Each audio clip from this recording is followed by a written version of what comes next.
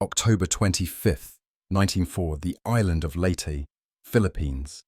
Rain poured like artillery from the heavens, drumming against the steel hide of the M4 Sherman tank crawling up a jungle trail, slick with mud and rot. Inside the cramped hull, Sergeant Thomas Red Dugan of the 44th Tank Battalion wiped the sweat from his eyes and muttered, "Feels like we're driving through soup." The smell of diesel and damp canvas filled the air. Every bump rattled through the metal, every turn a gamble between traction and death. Outside, the jungle was alive, not with birds, but with silence. Somewhere beyond the palm fronds, Japanese troops of the 26th Division waited, their Type 97 Chiha tanks hidden beneath camouflage nets of woven leaves. They called the Sherman Bakatanku, the stupid tank. Too big, too heavy, too slow for the narrow island trails. To them, it was an easy target. Captain Hiroshi Watanabe peered through his binoculars from a ridge, watching the American columns snake below. His men laughed quietly. "The fools bring their heavy beasts into our jungle," he said in Japanese. "Let them sink." Around him, anti-tank guns were aimed low, bamboo screens concealing firing positions. They had destroyed dozens of Shermans in New Guinea this way. Why would Leyte be different? Then came the sound, a low, rhythmic growl that rose over the cicadas and the wind. The jungle trembled. "Fire!" Watanabe shouted. The Type 1 47mm guns cracked. The first shells slammed into a Sherman's side armor and bounced. The American tank lurched but didn't stop. Then the turret rotated. A flash. The Japanese gun emplacement vanished in a burst of flame and splintered palm trunks. Sergeant Dugan grinned inside his helmet. "They're close," he shouted over the intercom. "Give 'em hell!" The gunner, Corporal Joe Ramirez, pulled the trigger again. Another blast. Another bunker gone. The M4's engine roared as it surged forward, its treads chewing through mud, roots, and corpses alike. For the first time, the Japanese realized something terrifying. The jungle no longer belonged to them. November 1944, northern Leyte Valley. The downpour had ceased, leaving behind a suffocating humidity that wrapped around every soldier like a wet shroud. The smell of gunpowder and decay lingered in the mist. American engineers were busy at work, knee-deep in mud, bolting strange metal pipes to the Sherman's turrets. Nearby, Captain Walter F. Dunn watched the modification with folded arms. "Turn a tank into a dragon," one mechanic joked, tightening the flamethrower assembly. Dunn didn't smile. He'd seen what Japanese ambushes could do. Tanks swallowed by foliage, crews burned alive in seconds. But this time, it would be different. The Pacific jungles had rewritten the rulebook, and the Americans were learning fast. The M4A3R3 Zippo was born. A Sherman fitted with a Navy-designed flamethrower, capable of spewing liquid fire over 150 feet. To the infantrymen of the 7th Division, it was a godsend. To the Japanese entrenched in caves and bunkers, it was a nightmare. By dawn, the tanks rolled again. Their new attachments glistened with rain. Private First Class Andy Rojas, crouched behind a tree line, whispered as one rumbled past, "Never thought I'd be thankful for a flamethrower." The first engagement came at a coconut grove near Ormoc. Japanese infantry, confident after weeks of holding ground, opened fire from hidden pillboxes. Bullets pinged harmlessly off the Sherman's hulls. Then, with a deep hiss, the first burst of flame erupted, a jet of liquid fire sweeping across the grove. In an instant, the night turned to daylight. Flames danced up the trunks of palms. The air howled with screams. Captain Watanabe, watching from a bunker mouth, felt his skin prickle. The tanks they had once mocked were now breathing fire. His radio crackled with panic. "The Americans! They are burning everything!" Within minutes, the grove was silent, except for the crackle of burning leaves and the groan of collapsing trees. The Shermans moved on, their tracks leaving blackened earth in their wake. What had started as an invasion had become an exorcism. The jungle itself seemed to turn against the Imperial Army. December the 2nd, 1944. The outskirts of Baraun. a small village nestled between rice paddies and palm forests in Leite's interior. Smoke curled above the tree line. The ground trembled with the steady rhythm of advancing Shermans. 15 tanks from the 44th and 767th Tank Battalions, pushing to relieve a group of paratroopers ambushed by Japanese reinforcements. Inside his command post, Captain Watanabe studied a map under the flicker of an oil lamp. The room smelled of kerosene and fear. Reports poured in. The fire tanks were unstoppable. Even caves, once the Imperial Army's impenetrable refuge, had become death traps. "We underestimated their machines," muttered his adjutant. "No," Watanabe replied quietly. "We underestimated their will." At dawn, the Americans launched their assault. The air was thick with fog and the low rumble of engines. Sergeant Red Dugan's Sherman, callsign Charlie 3, led the column. Mud splattered the windshield as he peered through the periscope. "Let's clean this place up, boys," he muttered. Machine gun fire erupted from the tree line. Japanese infantry, camouflaged with leaves and soot, broke from cover, charging with grenades strapped to poles. Human minds, desperate and doomed. One leapt onto the Sherman's hull. The blast ripped away a headlight but did nothing more.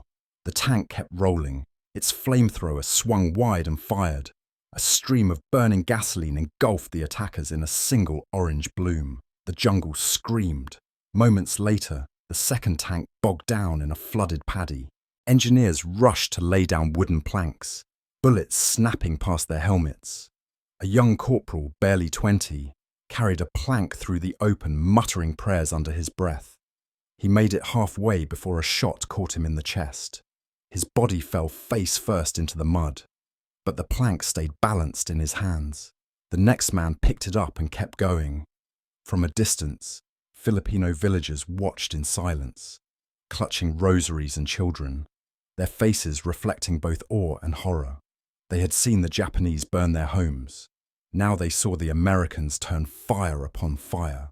When the battle ended, Barawan was liberated, a field of smoke, scorched palms, and twisted helmets. Captain Dunn stepped out of his Sherman and removed his helmet, staring at the horizon. "So this is what victory smells like," he said. The air reeked of gasoline and ash. For the Japanese survivors who fled into the hills, the laughter was gone. They had mocked the Shermans as clumsy beasts. Now, they whispered about them as demons of steel. January 1945, Central Luzon, the largest battlefield of the Philippine campaign. The air was thick with humidity and the sour stench of burned vegetation. Columns of Sherman tanks rolled north from Lingayen Gulf, their tracks grinding across roads lined with shattered nipa huts. Every few miles they stopped to clear mines, drag away wrecked Japanese trucks, and refuel from drums hauled by Filipino guerrillas on ox carts. In one of those tanks, Charlie 3 again, Sergeant Red Dugan leaned against the turret hatch, squinting through the morning haze. "Feels like Hell's Kitchen out here," he said. Corporal Ramirez, his gunner, chuckled faintly. "Then we're the chefs."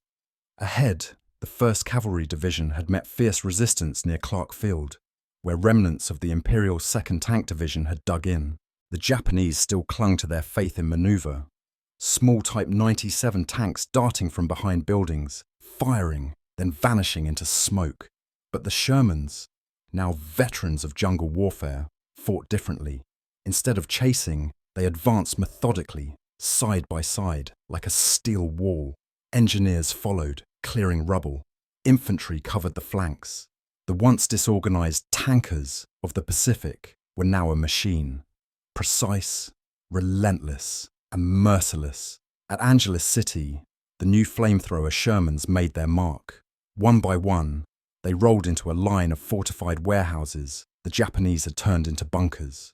The first burst of flame roared out, engulfing the structure. Wooden beams crackled, black smoke coiled skyward. A second jet of fire swept across the next warehouse, igniting stored ammunition. A thunderous chain of explosions lit the sky. From a nearby rice field, Filipino farmers watched through trembling hands. One old man whispered in Tagalog, "The Americans brought thunder to the earth." Inside his cave command post, Captain Watanabe received his final report. His battalion was gone, tanks destroyed, positions burned. He set down his sword, staring at the dim flame of his lantern. The laughter that once echoed through his unit was now replaced by silence. The silence of defeat. By the time the Americans secured Manila in March 1945, the Sherman had become more than just a tank. It was a symbol of adaptability, of engineering, of an army that learned faster than its enemies could react. And for the soldiers who once scoffed at it, the memory of its thunder would haunt their final retreats through the mountains of Luzon. March 1945. The outskirts of Manila, reduced to ruins and ash. The city, once called the Pearl of the Orient, was now a wasteland of shattered cathedrals and smouldering streets. The thunder of artillery echoed across the Pasig River as columns of Sherman tanks rumbled through what was left of Intramuros, the old Spanish fortress city. Sergeant Red Dugan's crew had been fighting without pause for weeks. They had crossed rivers on makeshift pontoon bridges, driven through firestorms, and now faced the desperate resistance of Japanese Marines holed up inside stone buildings. Every intersection was a trap, every window a potential death. "Keep her steady!" Dugan yelled through the intercom as machine gun fire pinged off the hull. Corporal Ramirez swung the turret left, targeting the bell tower of a church from which snipers had been firing. One precise shot. The entire tower collapsed in a cloud of dust. From the shadows of a nearby building, a lone Japanese officer, Captain Watanabe, watched the destruction unfold. His uniform was torn, his face streaked with soot. Around him, the survivors of his once proud 26th Division were reduced to scattered bands with little more than grenades and bayonets. He whispered bitterly, "So this is the end. Destroyed not by gods, but by men who learned faster than we did." At that moment, another Sherman, fitted with a flamethrower, roared to life. The hiss of pressurized fuel filled the air. Watanabe's men shouted warnings, but it was too late. A river of fire washed through the building, consuming everything inside. Flames reflected in the officer's eyes as he stepped forward, unarmed, into the inferno. When the smoke cleared, the Americans advanced cautiously. Lieutenant Dunn dismounted from his tank, helmet under his arm, surveying the devastation. "We built these tanks for Europe," he murmured, "but it's the jungle that taught us how to use them." That night, under a blood-orange sunset over Manila Bay, Dugan's crew sat atop their Sherman, eating cold rations. The metal beneath them was still warm from battle. Private Rojas looked out over the ruins. "You think they'll ever stop underestimating us?" Dugan smiled faintly. "No, but maybe that's how we keep winning." The laughter that once echoed through Japanese ranks had turned to silence, and the tank they mocked had become the symbol of an unstoppable tide. The M4 Sherman, once called Bakatanku, had become the steel embodiment of American adaptation and resolve.